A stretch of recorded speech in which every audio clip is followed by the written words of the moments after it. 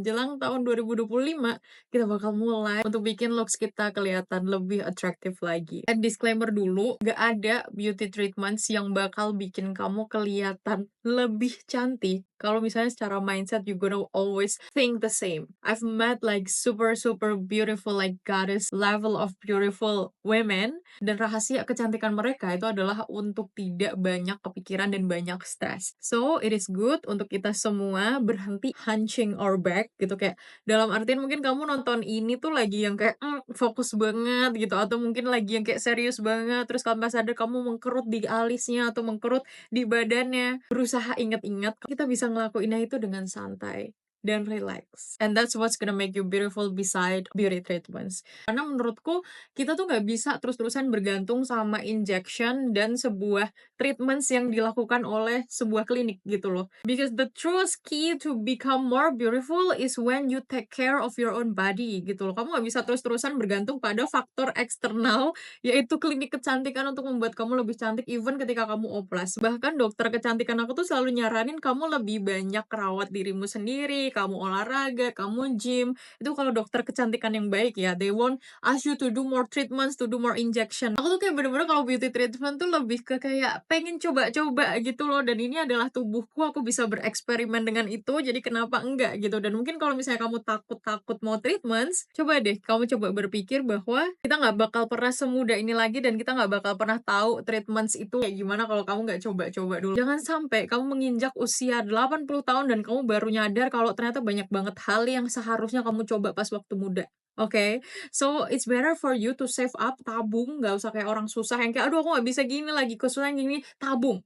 Tabung, habis itu kayak kamu coba sekali aja, itu bakal ngebuat kamu tuh berada di vibrasi yang kayak, "Oh, oke, I can take care of myself by doing beauty treatments." Dulu pertama kali aku mencoba segala macam beauty treatments, itu pastinya aku dimulai dari facial. Kalau facial ini tingkat sakitnya tuh kayak 0/10 gitu, karena memang yang sakitnya cuman pas disedot komedonya aja, tapi biasanya aku minta untuk di-skip, karena kayak kulit aku udah ngerasa halus aja ketika itu udah di-scrub.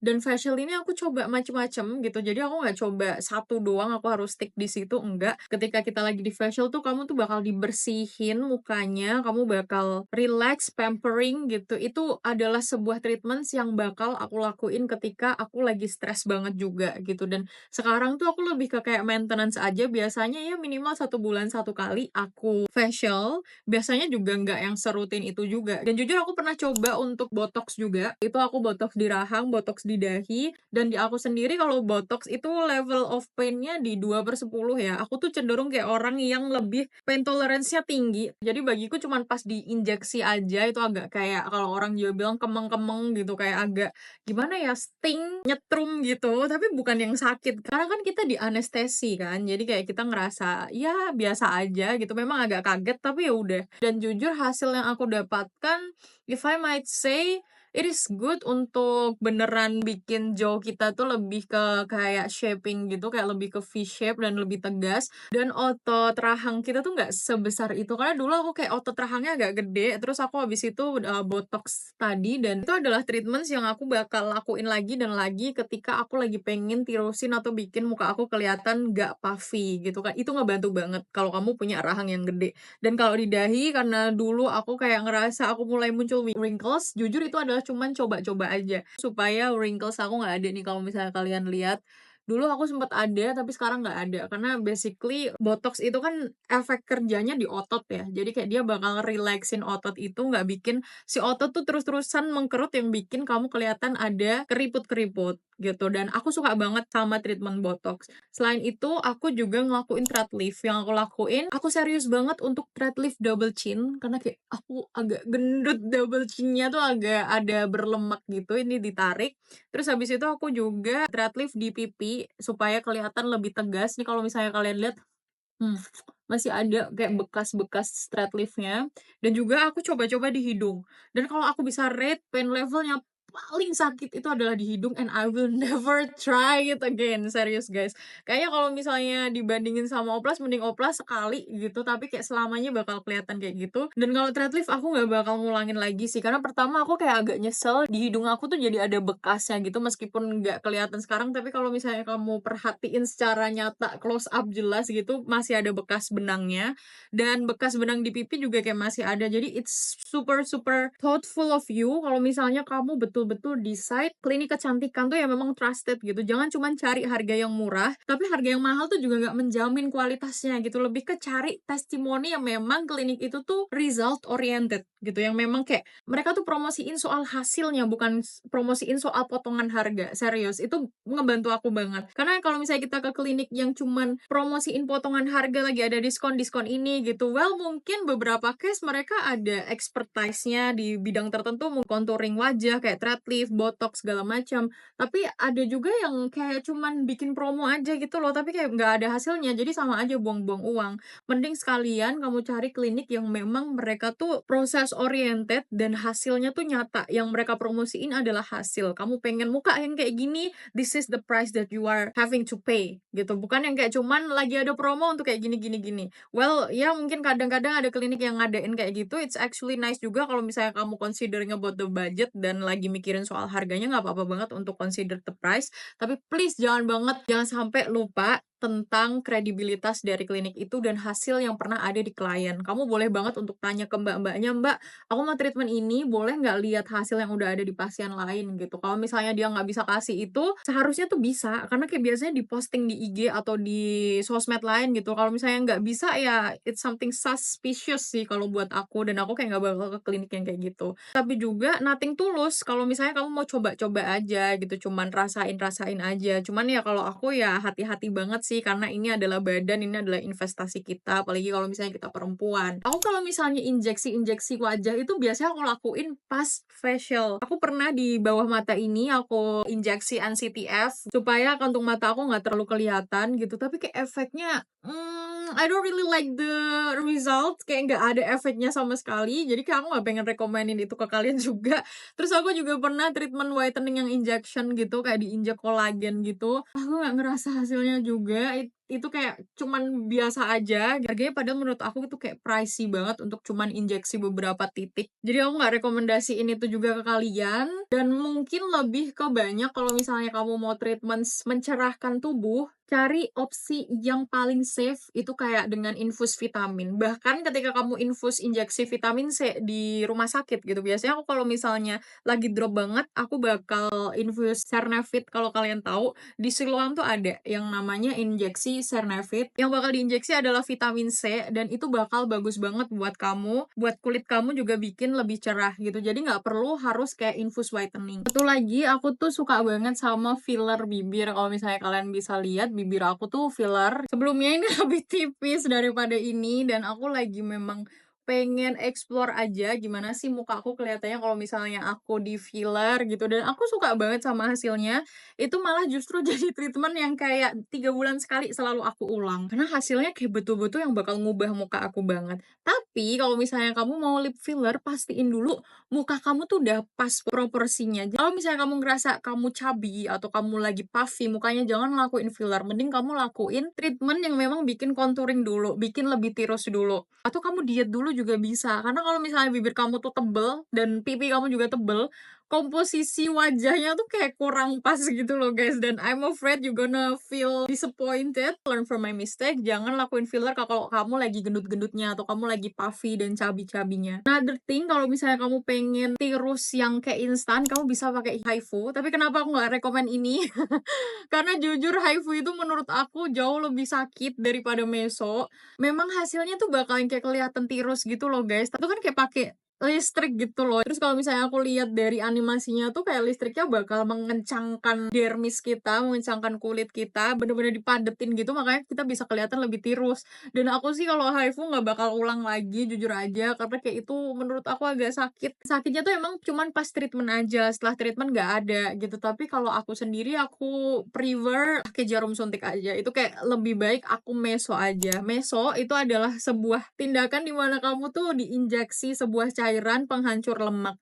memang tuh hasilnya nggak bakal kelihatan guys, like kalau misalnya kamu nggak rutin, kamu nggak serius untuk meso, itu tuh hasilnya bakal biasa aja. Hari selanjutnya muka kamu bakal tembem dan puffy banget. Cuman kalau misalnya kamu memang mau tirus yang less risk dan juga nggak terlalu sakit, aku bakal rekomenin meso. Tapi kalau misalnya kamu pengen tirus yang instan dan cepet, cuman agak sakit, THREADLIFT. Cuman sakitnya kalau misalnya pain tolerance kamu nggak terlalu baik, aku sih nggak menyarankan itu ya, karena bakal bikin kamu agak traumatizing gitu, kayak efeknya tuh bakal keinget-ingetnya pas ditarik gitu tuh kayak lebih dari 6 bulan aku keingetnya, baru aku berani THREADLIFT lagi tuh kayak setahun setelahnya. Dan jujur lebih sensitif juga sih mukanya jadinya. Aku sekali lagi pakai mindset nothing tulus, lagian aku juga mencoba experience baru, jadi kayak ngapain aku perlu nyesel sama sesuatu yang aku coba dan itu adalah hal yang baru, dan mungkin itu bisa jadi menyenangkan kalau aku nggak terlalu fokus sama hal yang bikin aku nyesel. Dan satu hal yang menurutku akan sangat sangat sangat defining your looks is your hair. Kalau kalian tahu aku di video-video aku, mungkin kalian bisa paham kalau aku suka bereksperimen sama rambut aku. Jadi rambut aku tuh ini extension guys, ini kayak ditambahin rambut sambung gitu. Biasanya budget nyambungin rambut itu kalau misalnya di Jogja, aku selalu spend di 2 jutaan tergantung berapa helai. Jadi kayak rambut extension tuh kalau aku bisa kasih tahu ke kalian, itu adalah rambut asli yang kayak dilemin gitu di kepala kalian. Terus habis itu ya udah, your hair will still grow. Rambut asli kamu tuh bakal tetap tumbuh gitu, asalkan kamu rawat dia gitu, gak bikin kusut juga. Kalau tidur kamu bener-bener perhatiin. Awalnya nggak nyaman, tapi lama-lama aku nyaman dan aku suka dengan looks-nya. Biasanya aku pakai 150 helai di 60 senti minimal gitu, atau kayak lebih biasanya di 60, 65. Cuman sekarang aku lagi pakai 100, kenapa? Karena aku lagi pengen fokus nge-gym, aku lagi pengen fokus olahraga, dan aku nggak mau terlalu gerah gitu loh, karena 150 tuh kayak banyak banget guys. Dan looks-nya bakal kelihatan kayak gini. Di video sebelumnya kamu tahu rambut aku tuh kayak pendek, dan ini memang masih pendek gitu. Kalau misalnya kamu di Jogja, rate-nya tuh di sekitar 2 jutaan seperti yang aku bilang. Dan aku bakal saranin jangan ambil warna hitam. Kecuali kamu suka sih. Kamu bisa ambil warna yang lain, dibikin coklat, kayak dibikin sesuai dengan tone muka kamu. Di aku sendiri, aku tahu bahwa tone muka aku tuh lebih ke cool tone. Kulit aku tuh aslinya kayak pink gitu loh. Kalau misalnya kalian lihat, dia memang kalau secara langsung kuning. Tapi kalau misalnya kamu perhatiin, kulit aku tuh pink. I don't know why. Dan itu yang bikin aku kayak agak sulit untuk nentuin warna di rambut aku. Warna rambut aku tuh aku selalu request ke hairstylistnya untuk bikin cool tone, bikin cool tone. Dan kalau ke salon, aku kasih tips ya buat kalian, selalu tanya ke ownernya, jangan tanya ke pegawainya gitu. Kamu coba-coba aja dulu di salon-salon sekitaran kamu gitu kan. Terus habis itu kamu tanya ke mereka dan mungkin coba treatment yang paling murahnya dulu, itu trik yang aku pakai. Biasanya aku cuma cuci catok di satu salon kalau lagi coba-coba, dan aku lihat gimana mereka nge-handle aku, apakah baik gitu, apakah komunikatif, dan apakah mau ngejelasin pertanyaan-pertanyaan gitu. Kalau misalnya aku oke, then I will upgrade treatment aku di salon itu gitu. Dan aku jujur udah nemu satu salon yang langganan banget di sini. Nanti kalau misalnya aku ke salon sana, aku bakal rekomenin ke kalian deh, karena kayak aku suka banget sama hasil yang mereka kasih. Aku tipikal klien yang agak ribet kalau soal rambut, jadi kadang aku kayak minta untuk digaransiin gitu, karena warnanya kurang cocok, atau mungkin keterangan atau apa. Mereka tuh selalu ACC dengan senang hati gitu loh. Jadi kayak, ya aku seneng banget karena nemu salon yang cocok. So guys, try to explore. Cobain beberapa salon di kota kamu, you have nothing to lose gitu. Kalau jangan takut kehilangan duitnya. Trust me, kalau aku bilang makin kamu happy pampering yourself, makin semesta ini tahu bahwa kamu ini menerima perlakuan yang seperti kamu lakukan gitu. Perlakuan dimana kamu happy ketika treatment, and it will show you to something more. Kalau aku lagi sedih, aku lagi desperate banget, aku lagi minim budget atau keuangan, malah justru aku ke salon and pampering myself. Because I do believe, if I get happy, if I treat myself better, if I get hotter every day, if I get prettier every day, money will flow to me easily gitu. Dan kayak I just feel God is giving me more strength ketika aku kelihatan lebih baik secara fisik. Yesterday I was so sad dan aku kayak heartbroken banget, tapi aku justru ke salon. Habis dari salon aku sedih sebentar, tapi setelah itu aku kayak lebih bahagia lagi dan my energy is centered. Dan itu yang bikin aku ngerasa radiant, happy, and trust me, sekali lagi, fisik itu tentang energi kamu. It is not about your look. Beauty is an energy. Dan ini aku tegasin lagi, rambut itu betul-betul sangat signifikan akan mempengaruhi looks kamu. Kamu bisa make upnya bagus banget, tapi rambut kamu tuh acak-adut, berantakan, kesasak sana sini, warnanya nggak rata atau mungkin warnanya nggak sesuai sama tone kamu, kamu bisa jadi kelihatan jamet. Makanya coba explore tentang rambut ini. Kalau misalnya kamu hijaban malah justru lebih simple nggak sih? Karena kamu kayak bisa cari hijab yang sesuai style kamu atau paling nyamannya adalah pakai hitam mungkin yang bisa cocok sama semua outfit. It is best to find the tone dan best untuk mulai styling rambut kamu. Just style it, just explore, try to find the best haircut for your face gitu. Menurut aku ini adalah haircut yang aku lagi coba-coba dan I don't know, I like it a lot. Aku kayak ngerasa dari dulu tuh aku benci banget sama poni, tapi sekarang aku lagi ponian gitu. Dan bentuk potongan rambut aku tuh lebih ke aku nggak tahu ini apa.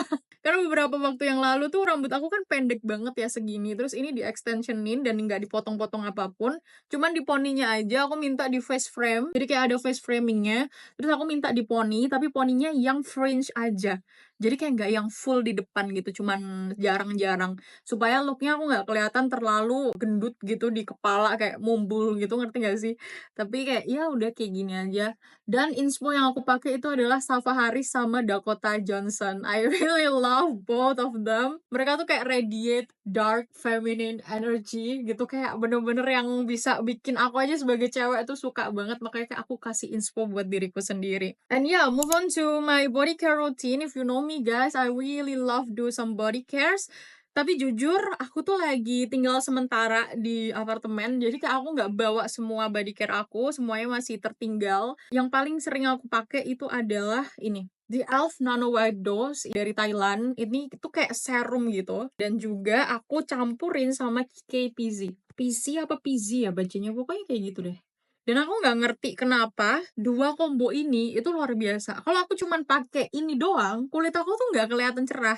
Dan kalau aku cuman pakai KPC doang, aku juga nggak kelihatan cerah. Tapi kalau aku pakai dua-duanya, malam-malam aku pakai, paginya tuh kulit aku kelihatan lebih bening gitu loh. Bukan yang kayak langsung putih cerah gitu, enggak, tapi bening. Ngerti nggak sih kulit yang bening gimana ya aku definisikan?